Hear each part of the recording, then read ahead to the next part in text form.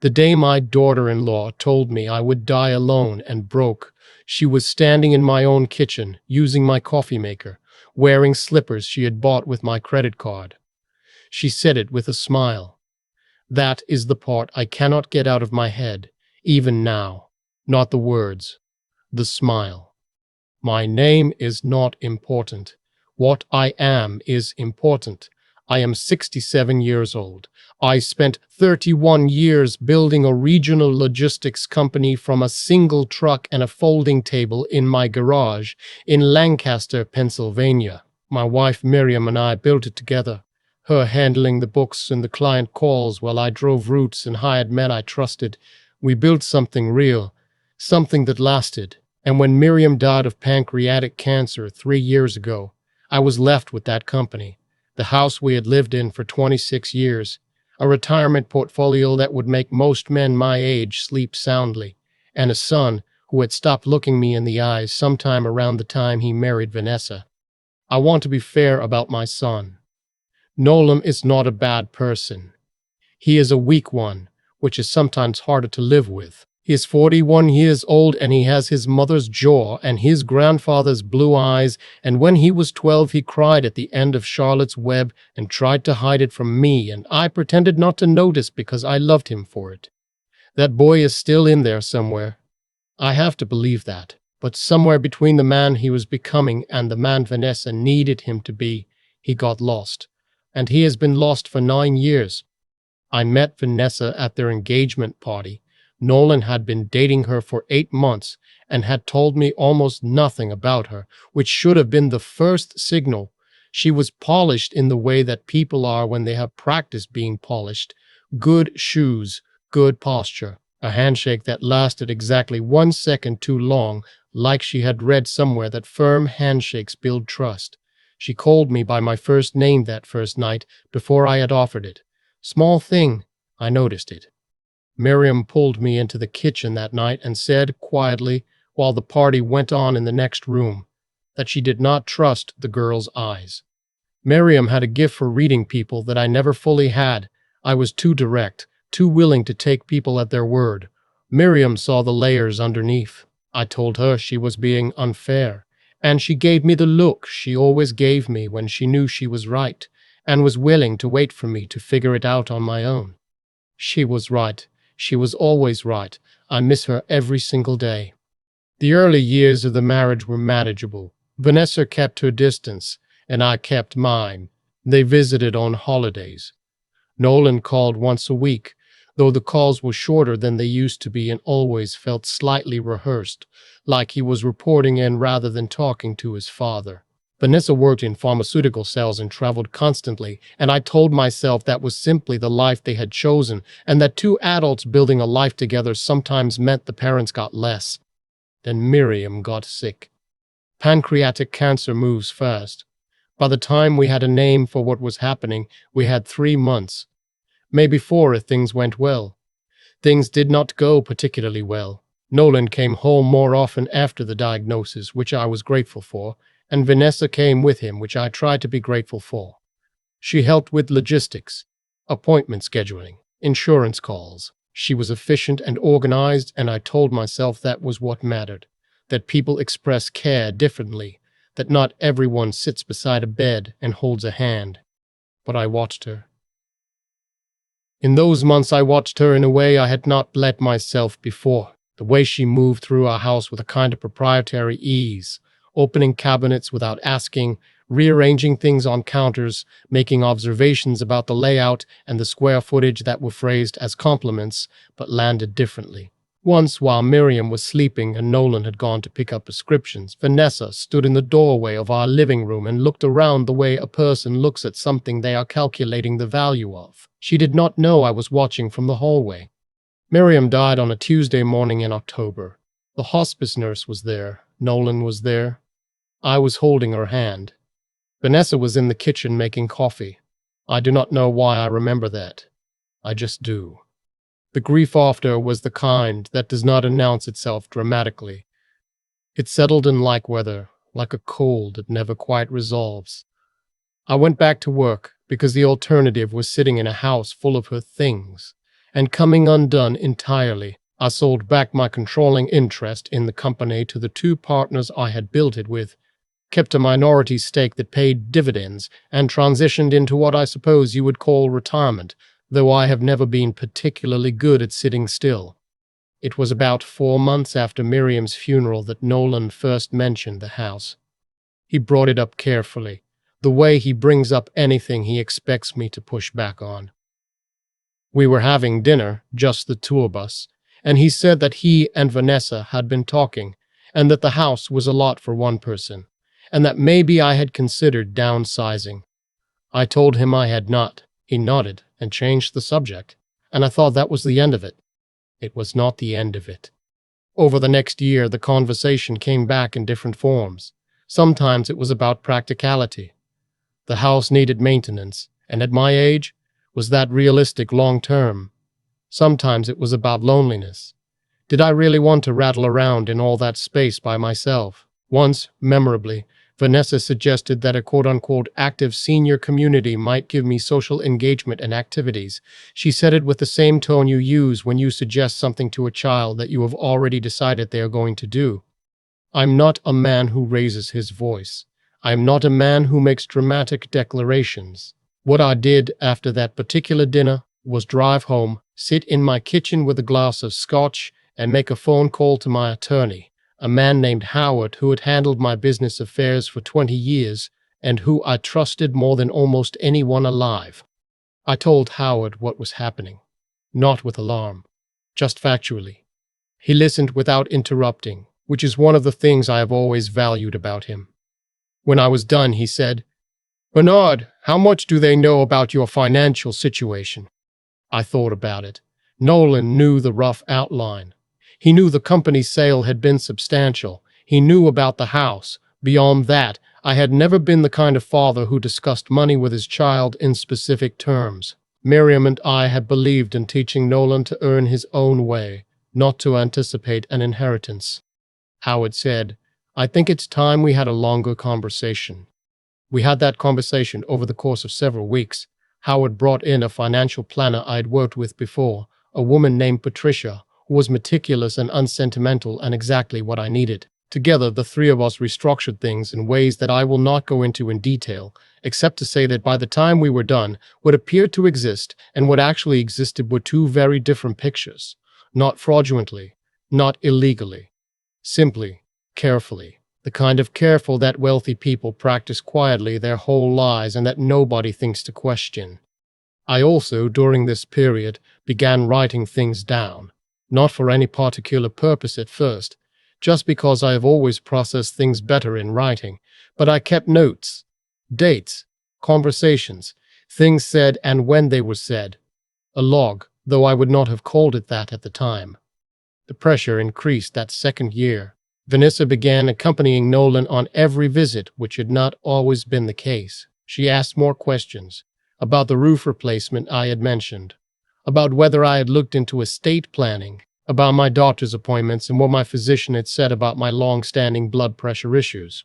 The questions were framed with warmth, always, but they pointed in a direction.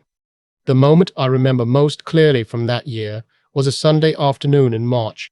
I'd made pot roast, the same recipe Miriam used, which takes most of the day and fills the house with a smell that still feels like home to me. We were at the table, and Vanessa said, very casually, the way she delivers her most pointed observations, that she had been speaking with a financial advisor and that given the size of my estate, there were real inheritance tax considerations I should be planning for. She said that Nolan, as my only heir, would be in a difficult position if I had not structured things properly. I put down my fork. I looked at her. I said, "Vanessa, who told you the size of my estate?" She smiled. That smile. Nolan mentioned the company sale. Nolan did not look up from his plate. I said, "The company sale was a long time ago. A lot has changed since then." She moved on smoothly, the way she always does, pivoting to something about the pot roast and how she had never mastered slow cooking. But I had seen something cross her face in that half second before the pivot. A recalculation. I filed it away. The following January, Nolan called me and said that he and Vanessa had found a property, A house 40 minutes from theirs in a suburb outside Philadelphia. Good neighborhood, single story. Had I considered the benefits of single story living? He mentioned carefully that they would be happy to help with the transition if I decided to sell my current place. I asked him how much the new place cost. He told me. I asked him who was paying for it. He said they had looked at financing options. I asked him if he meant my financing. There was a pause. He said that nothing had been decided, that they were just exploring, that it was an option worth discussing. I said I appreciated him thinking of me. I said I would consider it. I said goodbye, and I sat in Miriam's chair by the front window, and I looked out at the yard we had planted together, and I felt something I can only describe as a door closing. Not a door between me and my son. I had felt that closing gradually for years. A different door, something inside me.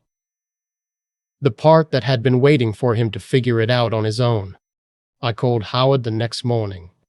What happened over the following 8 months, I will not lay out in a detailed timeline, because some of it involved legal and financial strategy that Howard would prefer I keep private.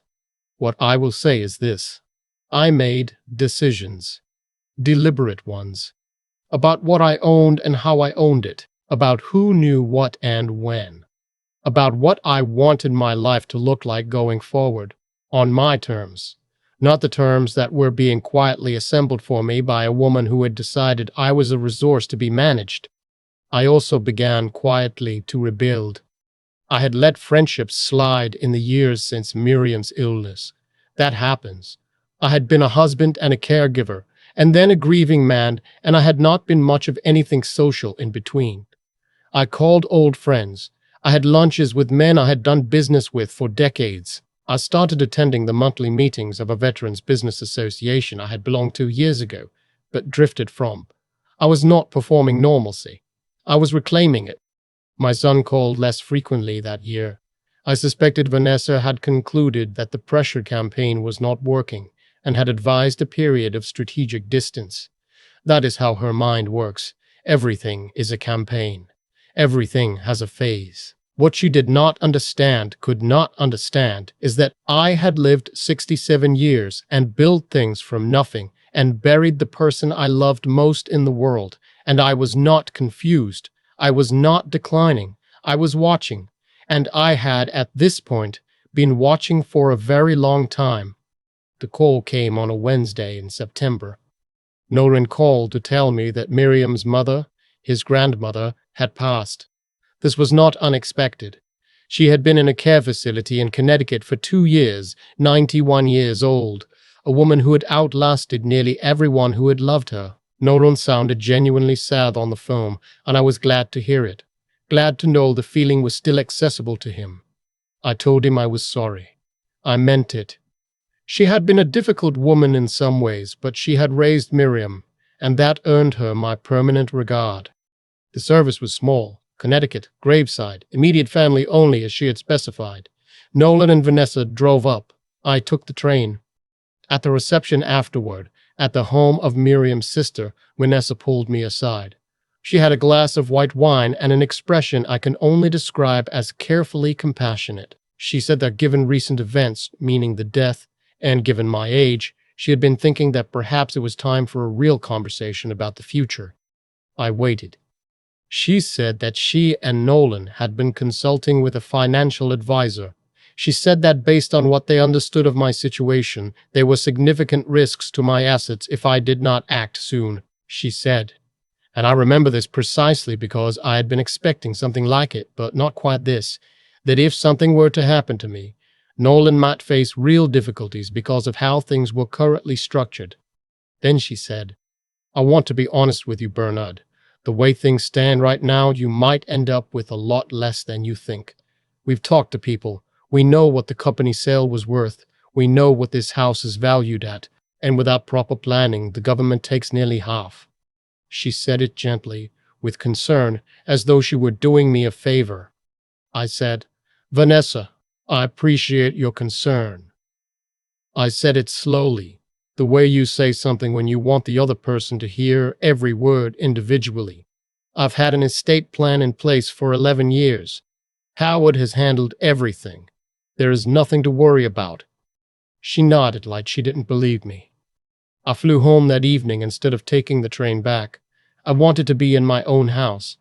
4 months later, Nolan called to say he had something to discuss. He drove out alone on a Saturday, which had not happened in years.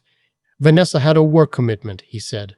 I made coffee. We sat at the kitchen table and he laid out carefully the argument that I suspected had been rehearsed many times. He said he was worried about me. He said I seemed isolated. He said that at my age, things can change quickly, and that he wanted to make sure I had made the right plans. He said he and Vanessa had spoken to an attorney who specialized in elder estate planning. I listened to all of it. When he was done, I said, "Nolan, are you asking me what I intend to leave you?" He looked down at the table. I said, "Because that's what this conversation is about. You can call it planning. You can call it concern. But that's the thing underneath it." I was not angry. I was tired and sad and completely certain. Your mother has been gone for 2.5 years. You have not come to this house once since she died just to sit with me. Every visit has had an agenda. Every phone call has had a direction it was moving toward. I have waited for you to come to me just as my son, and you haven't. I paused. I don't blame you entirely for that, but I need you to understand that I see it clearly. He didn't say anything for a long time. Then he said quietly that Vanessa thought I was being paranoid. I said, "I know what Vanessa thinks." He left an hour later. We hugged at the door, briefly, the way you hug someone when you don't know what else to do. I watched his car back out of the driveway, and I went inside, and I sat in Miriam's chair again, and I thought about the boy who had cried at Charlotte's Web and tried to hide it from me. 6 weeks after that, I received a phone call from Howard. He had been contacted by an attorney representing Nolan and Vanessa. They were exploring, the attorney said, options related to my capacity to manage my own affairs. They were not using those exact words yet, but that was the direction. I said, "Howard." He said, "I know." I sat across from Morning. "Tell me what we need to do."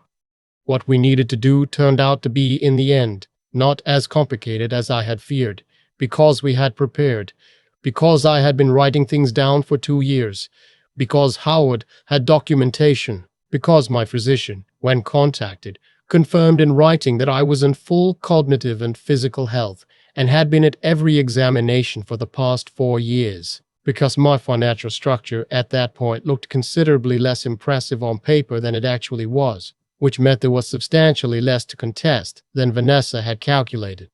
And because I had made 18 months earlier a decision that Howard had counseled me on and that I had thought about for a long time before agreeing to. I had placed my primary assets, including the house, the investment portfolio, and my residual stake in the company, into an irrevocable trust. The trust had a named trustee. That trustee was not my son. It was a man I had known for 30 years. A former business partner who had retired to rural Vermont and whom I trusted with my life and with everything I had built. His name was not on any document Vanessa had seen or found. The trust had terms. Clear, specific, legal terms. Terms that Howard had spent considerable time helping me think through. Among those terms was a provision regarding my son. It was not a disinheritance. I want to be precise about that. Nolan was named. There was something for him, but it was conditioned and structured, and depended on things that Vanessa could not control and could not access, and that would become clear only at the time and in the manner that the trust specified. The call from the attorney representing them came to nothing. There was nothing to contest. There was no evidence of incapacity because there was no incapacity. There was no large accessible estate for them to argue over because the estate, as they understood it, no longer existed in the form they believed. I did not hear from Nolan for 3 months after that. When he did call, he sounded different, quieter. He asked how I was. I told him I was fine. He asked if he could come by. I said yes. He came on a Sunday, alone. He sat at my kitchen table, and he looked older than I had noticed him looking before, and tired. and like he had been thinking hard about something for a while. He said, "Dad, I'm sorry." I did not say, "It's fine," because it was not entirely fine. I said, "I know you are." He said Vanessa had filed for divorce 2 months prior. He said it quietly, looking at his hands. He said he had not wanted to tell me because he did not want me to say, "I told you so." I did not say, "I told you so." I sat across from it that morning. He said he was getting there. We talked for 3 hours that afternoon. The real kind of talking, the kind where nobody has an agenda and nobody is performing anything. He told me things about the marriage that I had suspected, and some I had not. I told him things about the past 3 years that he had not known. He cried at one point, not loudly, just the way men cry when they have been holding something a long time. I handed him a napkin and did not look away because he is my son, and there is no version of his pain I would rather not see. Before he left, he asked me if I had known. About all of it. How much I had known. I said, "Enough." He asked when. I said, "Your mother knew first." He was quiet for a moment. Then he said, almost to himself, "She always did." The trust is still in place.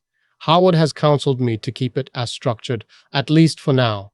Nolan and I have dinner most Sundays. He is rebuilding, slowly, the way you rebuild anything that was damaged over a long period of time. He started a small landscaping business last spring. He seems lighter than he has seemed in years. Some Sundays he brings his dog, a big stupid happy lab named Chester, who has no respect for my furniture and whom I am quietly devoted to. Vanessa hired her own attorney and made several inquiries and found nothing actionable and eventually moved to Denver, which is where her family is from. I do not think about her often. I think about Miriam instead. I think about 31 years and a woman who saw clearly from the beginning and had the grace to let me figure things out at my own pace. There is a photograph of Miriam on the mantel in my living room. It was taken this summer. She turned 49 at my sister's place on the Delaware shore. She is laughing at something off camera, her hair blowing sideways, one hand raised to push it back. She was not trying to look beautiful in the photo. She just was. She always was. I look at it every morning when I come downstairs. I look at it, and I think about what she said to me the night of the engagement party, standing in that kitchen, her voice low so it would not carry. She was right about the eyes. She was right about all of it. I just needed time to see it for myself. There is a photograph of Miriam on my mantel. She is laughing at something off camera, her hair blown sideways by the wind off the Delaware shore, one hand raised to push it back. She was not trying to look beautiful. She just was. I look at it every morning when I come downstairs, and I think about what she said to me the night of Nolan's engagement party, standing in my own kitchen, her voice low so it would not carry through the wall. She had seen something in Vanessa's eyes that I had not let myself see. I told her she was being unfair. She gave me the look she always gave me when she knew she was right and was willing to wait. I have thought a lot about what actually happened here. Not the legal parts, not the trust documents or Howard's strategy or the attorney's phone calls that came to nothing. I mean what happened underneath all of that. Because cause and effect is a patient thing. It does not announce itself. It just works. Vanessa was not a stupid woman. She was calculating and disciplined, and she had identified what she believed was a target. But the thing she could not calculate for was character, not mine. Miriam's. The kind of integrity that does not perform itself for an audience. It just lives quietly inside a person and shapes every decision they make, including the decision to build something real and protect it carefully and love the people who deserve to be loved without ever making a show of it. Vanessa looked at our life and saw assets. She never once saw the architecture underneath. And Nolan. I do not excuse what happened, but I understand it. A man who never fully learned to trust his own judgment will eventually hand that judgment to someone else, and that someone else will spend it. The hardest thing I have watched in these past years is my son having to rebuild that inner compass from scratch in his 40s after it was taken from him by someone who recognized the vacancy and moved in. He is doing it, slowly. Sundays with Chester, destroying my couch cushions, a small business he built with his own hands in the dirt and rain. I see him finding himself again, and it matters to me more than anything in that trust document ever could. What I know now, having lived through this, is that real strength is not loud. It is not a confrontation or a declaration or a dramatic moment in an attorney's office. It is the discipline to prepare quietly when nobody is watching. It is the clarity to see what is happening clearly, without bitterness clouding the lens. It is the decision to keep going, to call old friends, to have lunches, to sit at the Veterans Association meeting on a Tuesday night, when it would be easier to simply close the curtains and let the grief and the pressure win. Those three things held me together, doing right by the people and the things I had built, thinking clearly when other people were counting on me to be confused, and getting up every single morning and continuing regardless. Miriam knew all of that before I did. She always did.